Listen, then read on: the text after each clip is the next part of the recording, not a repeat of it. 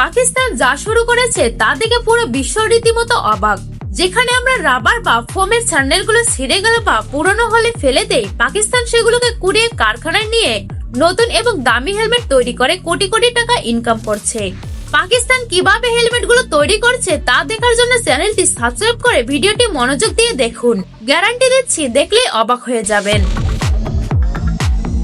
প্রক্রিয়াটি শুরু হয় সেরা স্যান্ডেল সংগ্রহ বা কালেকশনের মাধ্যমে। ভাঙড়ের দোকানদার বা হকারের কাছ থেকে এই পুরনো স্যান্ডেলগুলো কারখানায় নিয়ে আসা হয়। কারখানায় আসার পর প্রথম কাজ হলো এগুলো বাছাই করা। দক্ষ শ্রমিকরা এগুলো আলাদা করেন এবং চামড়া বা কাপড়ের অংশ থাকলে সেগুলো কেটে ফেলে দেন। এরপর শুরু হয় পরিষ্কার করার ধাপ। পুরনো স্যান্ডেলের গায়ে রাস্তায় কাদা বা ময়লা লেগে থাকে, তাই বিশাল একটি হাউজে এই স্যান্ডেলগুলো ভিজিয়ে রাখা হয়।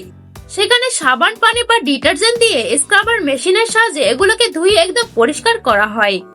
পরিষ্কার করার পর স্যান্ডেলগুলোকে রোদে বা হিট চেম্বারে শুকিয়ে নেওয়া হয়, যাতে কোনো পানি অবশিষ্ট না থাকে। শুকানোর পর আসে সবচেয়ে গুরুত্বপূর্ণ ধাপ, যা হলো পেশন বা গ্রাইন্ডিং। বড় একটি ক্রাশার মেশিনের ভেতর এই স্যান্ডেলগুলোকে ছেড়ে দেওয়া হয়। মেশিনের ভেতরে ধারালো ব্লেড মুহূর্তের মধ্যে স্যান্ডেলগুলোকে ছোট ছোট টুকরো বা দানায় পরিণত করে। এই দানাগুলোকে স্থানীয় ভাষায় দানাদার কুচি বলা হয়।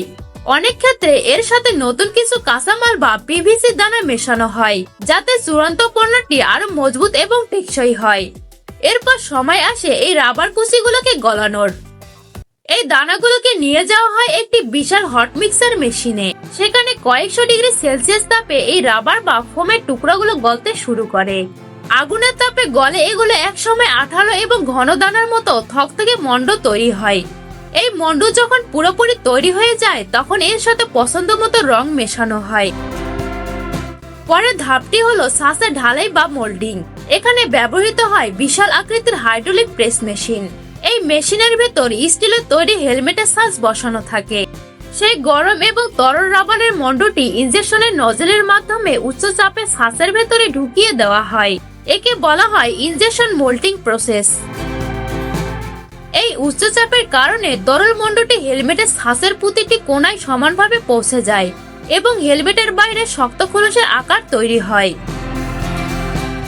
ছাঁচ থেকে বের করার পর একে সাধারণ তাপমাত্রায় বা ঠান্ডা পানির স্প্রে দিয়ে ঠান্ডা করা হয়।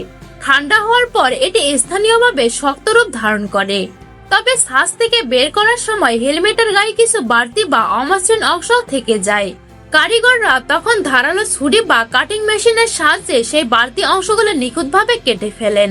এরপর গ্রাউন্ডিং মেশিন দিয়ে ঘষে পুরো শরীরটি মসৃণ করা হয়, যাতে কোথাও ধারালো অংশ না থাকে। হেলমেটের বাইরের খোলস তৈরি হয়ে গেলে এর ভেতরে আরামদায়ক ফোম লাগানোর কাজ শুরু হয়।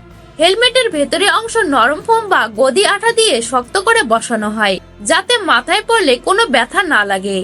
এরপর সবশেষে লাগানো হয় মজবুত ফিতা বা স্ট্র্যাপ। এই স্ট্র্যাপগুলো এমন ভাবে লাগানো হয় যেন দুর্ঘটনার সময় হেলমেটটি মাথা থেকে খুলে না যায়।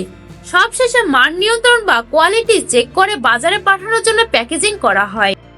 এই উদ্যোগটির আরেকটি ইতিবাচক দিক হলো এর অর্থনৈতিক মডেল।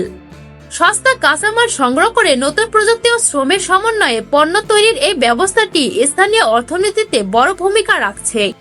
এটি শুধু কর্মসংস্থানের সুযোগই তৈরি করছেন না, বরং একটি দক্ষ রিসাইক্লিং ইকোসিস্টেম গড়ে তুলছে, যা টেকসই উন্নয়নের জন্য অত্যন্ত গুরুত্বপূর্ণ। এভাবেই আমাদের ফেলে দেওয়া পুরনো জুতা রিসাইক্লিং এর মাধ্যমে হেলমেট রূপান্তর করা হয়। পুরাতন জিনিসকে এভাবে নতুন রূপ দিয়ে আমরা কিন্তু পরিবেশকেও প্লাস্টিক বা রাবার দূষণ থেকে রক্ষা করতে পারি। আশা করি আজকের এই তথ্যবহুল ভিডিওটি আপনাদের ভালোই লেগেছে। পরবর্তী ভিডিও চাইলে চ্যানেলটি অবশ্যই সাবস্ক্রাইব করুন।